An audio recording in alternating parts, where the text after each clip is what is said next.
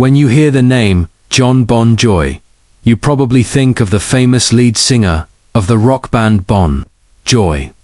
But what you may not know is that behind all the fame and glitz of being a rock star, Jon has been dealing with something so heartbreaking and tragic from the very beginning.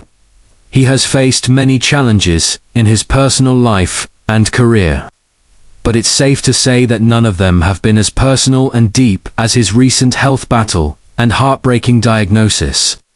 What tragic condition has the famous Jon Bon Jovi been diagnosed with? Join us as we look into the heartbreaking details of Jay's early struggles with rejection and exhaustion. Jon Bon Jovi was born John Francis Bon Jovi Jr. in New Jersey in 1962. He grew up in a working-class family, and his father was a barber and a former Marine, and his mother was also a former Marine.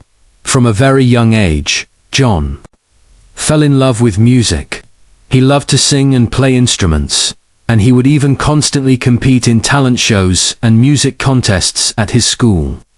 By the time he was in his teens, everyone around him could attest to how talented he was. In 1974, Jon started playing in local bands. He formed his first band, which he called Ray, that same year. And when he was 16, he formed another band called Atlantic City Expressway, joined by David Bran, who would later become a member of the famous Bon Jovi band. Unfortunately, Jon had a hard time making it in the music business, even though he was very talented. In the early 1980s, Jon tried very hard to get record deals, but no one would sign him, because many record labels said his music wasn't good enough, or that rock music already had too many bands. For Jon, who was trying so hard to break into the if you want to make it big in the music business, Jon didn't give up. He was sure he could do it, so he put in the work to make his dream come true. Did you know that Jon cleaned floors at a recording studio in New York while waiting for his songs to get noticed? He also did other odd jobs to make ends meet and be ready for the day he would finally get his big break, which came one day when he recorded a song called Runaway, and he got a local DJ to play it on the radio. To his surprise, the song became a hit, and producers and record labels that had previously ignored him started paying attention. This was Jon's first big break, but it was also the start of many more challenges. JN decided he wanted to form a band, so he called up the best musicians he knew, including keyboardist David Bryan, bassist Alec John, drummer Tio Torres, and guitarist Richie Sora. Together, they became Bon Jovi and had a hit. They were on the road playing everywhere, determined to make a name for themselves. But the journey wasn't easy. In an interview, guitarist Richie Sambora talked about how hard things were for the band in the beginning. When we were making the Fahrenheit record, we were all living in the same apartment in Philadelphia, sleeping on the floor when it was 12 below zero outside. The heating wasn't working well, and there wasn't a lot of food in the refrigerator. Despite the early problems the band faced, they stuck with it and kept making music. By the time their second album, Slippery When Wet, came out in 1986, they were already so popular that they could be called global superstars. Bon Jovi was on magazine covers, TV shows, and sold out world tours. Everywhere they went, stadiums were packed, and their songs were at the top of the charts. But behind the success, tensions were rising, and the music industry was changing for almost a decade. Bon Jovi had been going full speed, and after the huge success of New Jersey, they went on a grueling world tour that lasted from 1988 to 1990. The tour included over 200 concerts on 6 continents, so there wasn't even time to breathe. As they gave it their all, on stage in front of thousands of screaming fans, but off stage they were getting tired. As you can imagine, with fame came massive pressure, which everyone felt. Jon felt it even more, because he was not only the founder who got them all together, but also the lead singer of the group. He felt more responsible for the band and was a little too hard on himself. Things got so bad that by the early 1990s, John was physically and emotionally worn out. He was always performing, writing songs, and running the band's business, and the never-ending cycle of touring and promoting left him completely worn out. At one point, not only was he physically exhausted, but he was also emotionally and mentally drained. There was constant pressure to stay on top, keep releasing hit songs, and keep up the image of a rock legend. It was relentless. But even though John was tired, he felt like he couldn't stop, because fans wanted more, and the record label wanted new music, so he and the band kept going. But what the fans didn't see was that the exhaustion building up inside him had reached a toxic level. Things got so bad that he started to feel emotionally drained and even thought about hurting himself. In fact, in 1991, on his way to see a psychologist, he thought about jumping out of the moving car because he was in so much emotional pain. When he thought back on that dark time in his life, he said, "I was as low as I could imagine myself being. I was out in California drinking, miserable, wanting to get help, and thinking about jumping out of my car while I was driving. I was a mess. It took everything out of me." As usual, John took the stage full of energy, ready to give the crowd a show they would never forget. The music was blasting, the crowd was electric, and everything seemed normal. But as the concert went on, something felt off. His body wasn't responding the way it usually did. His legs felt heavy, his breathing was harder than usual, and his head was cloudy. He tried to shake it off, telling himself he just needed to push through, but the exhaustion that had set in made it impossible. John's body gave out in the middle of the show. He felt himself slipping, and before he knew it, his team was rushing towards him. He had collapsed, unable to continue. Security and crew members carried him off the stage, and the music stopped. The audience, confused and worried, watched as their rock hero was taken backstage.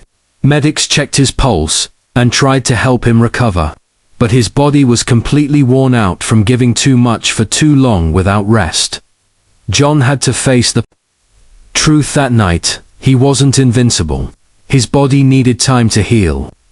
Years of pushing himself to the limit had finally caught up with him. It was a wake-up call, and he finally realized he had to slow down before he lost everything.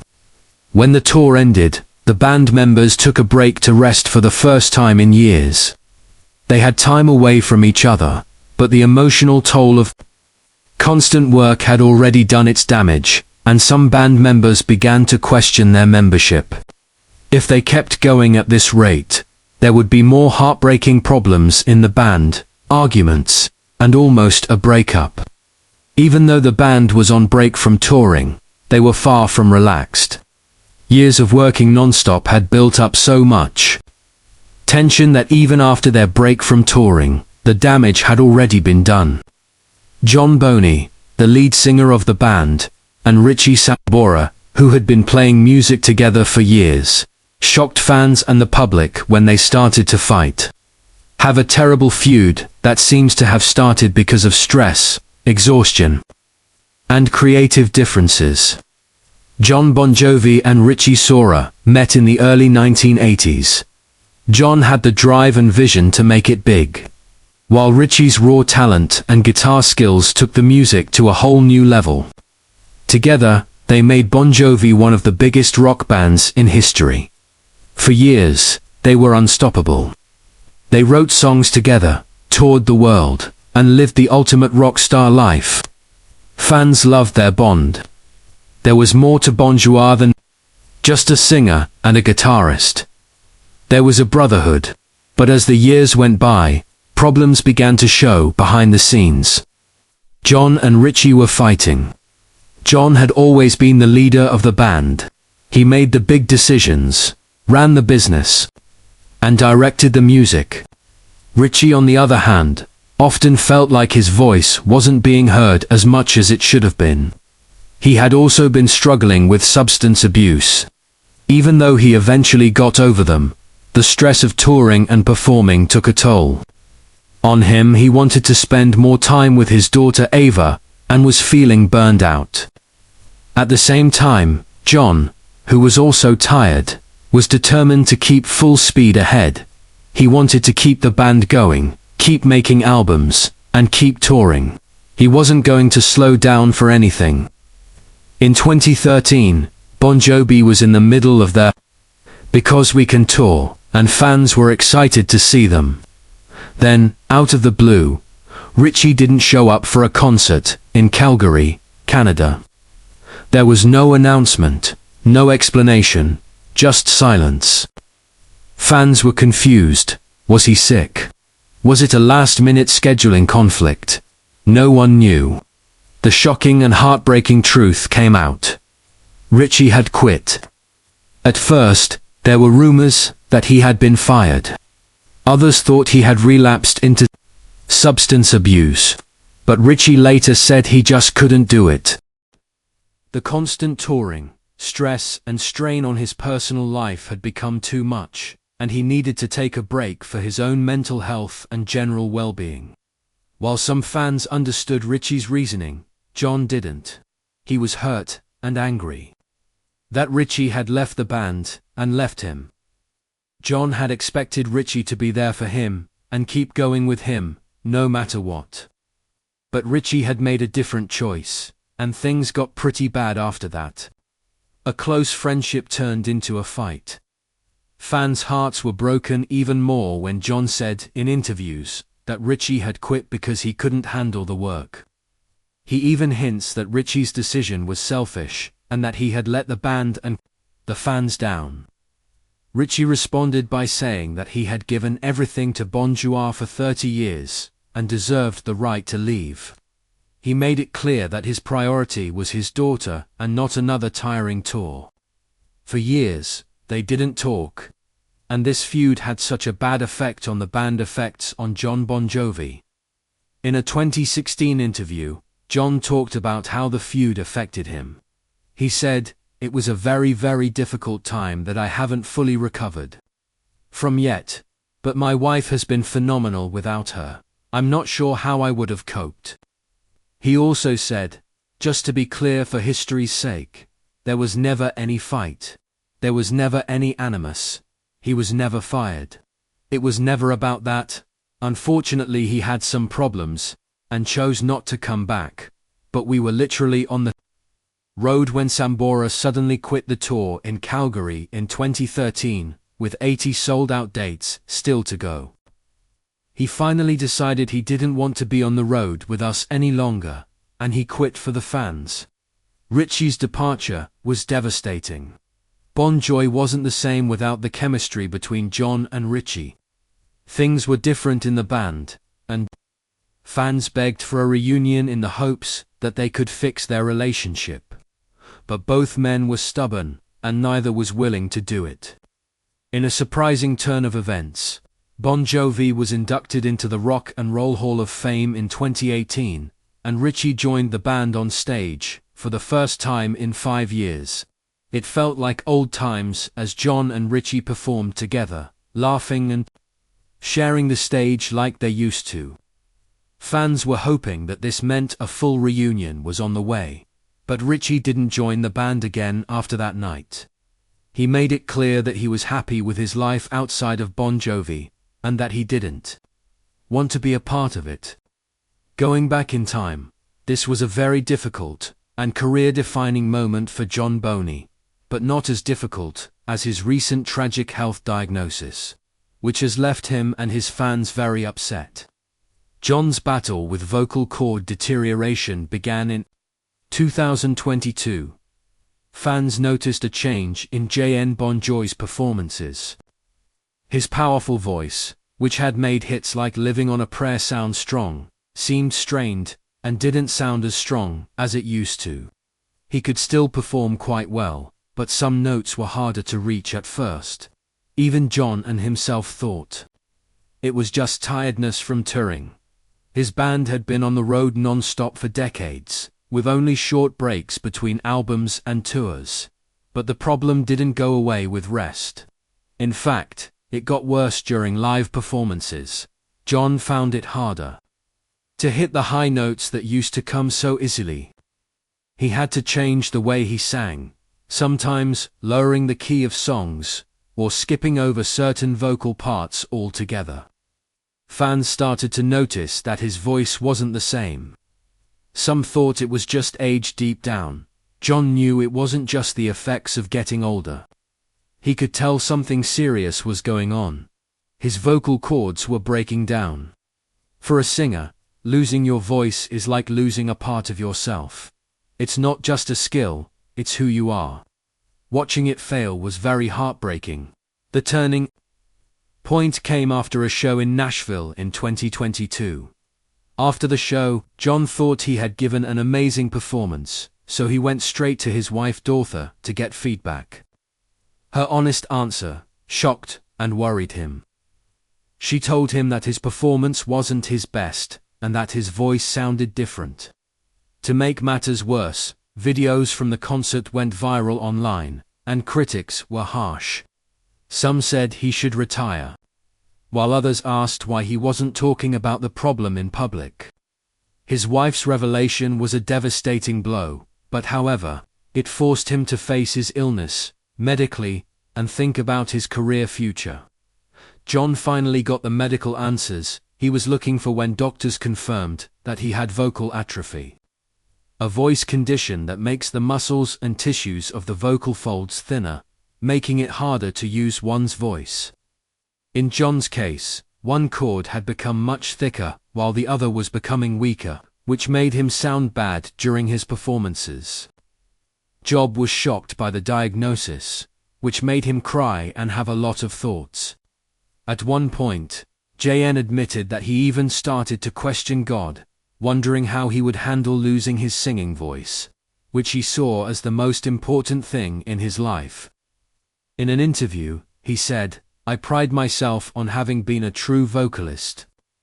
I've sung with Pavara. I know how to sing. I've studied the craft for 40 years. I'm not a stylist who just barks and howls. I know how to. It's funny that the only thing that's ever been up my nose is my finger, so there's no reason for any of this." When JN was faced with the heartbreaking possibility of retiring, he chose to fight his diagnosis instead.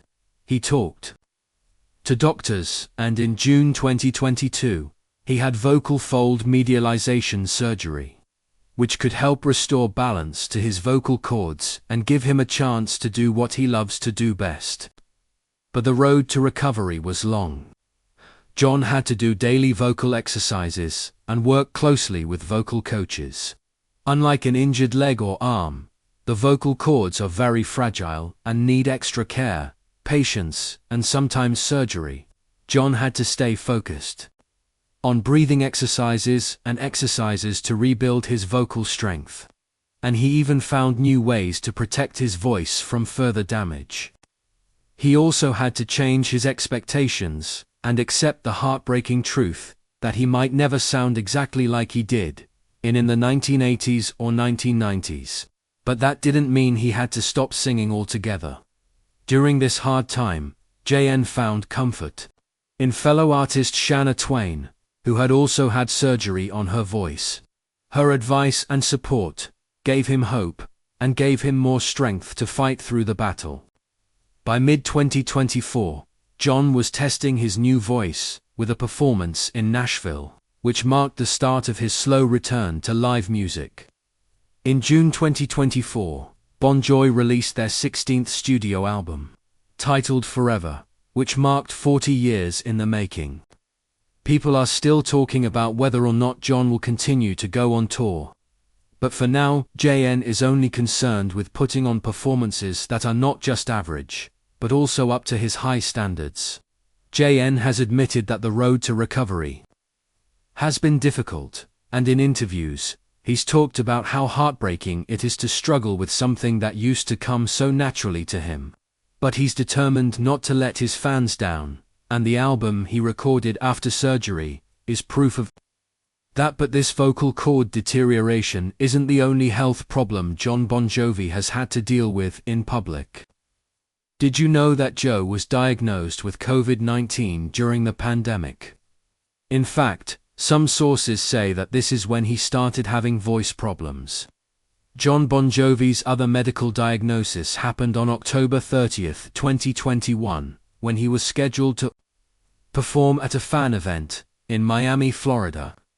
Fans had come together excited to see him up close and enjoy an intimate performance. Before going on stage, Jon was given a routine COVID-19 test, which surprised everyone when it came back positive. He had to leave the venue and stay home because he couldn't perform. And the event went on without him, with the other band members taking over the performance. At the time, JN told fans and the media that his symptoms were mild, that he was feeling fine, and that he had been fully vaccinated. But what no one knew at the time was that this illness could actually hurt his career. Before Jon got COVID-19, his vocal problems were already well known. Fans had noticed that his voice was getting weaker over the years, especially during live performances, where he had trouble hitting high notes, and his one strong voice seemed thinner and more fragile. After he got over COVID-19, things seemed to get even worse, and his 2022 tour made it clear that he was having trouble.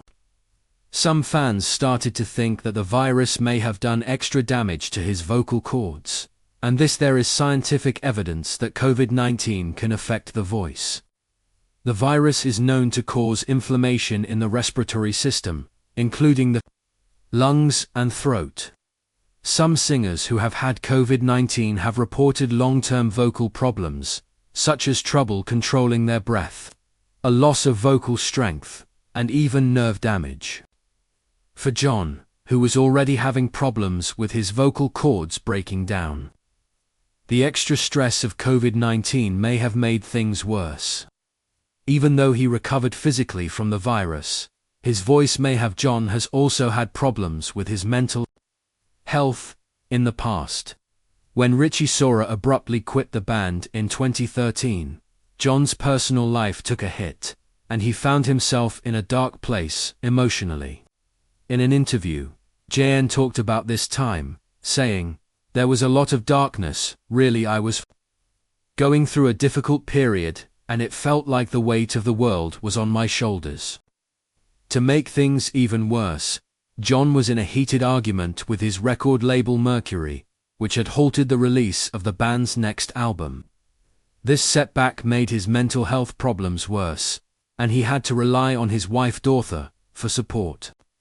As if the stress of his career wasn't enough, Jon had one of the scariest experiences of his life in 2012, when his daughter Stephanie overdosed on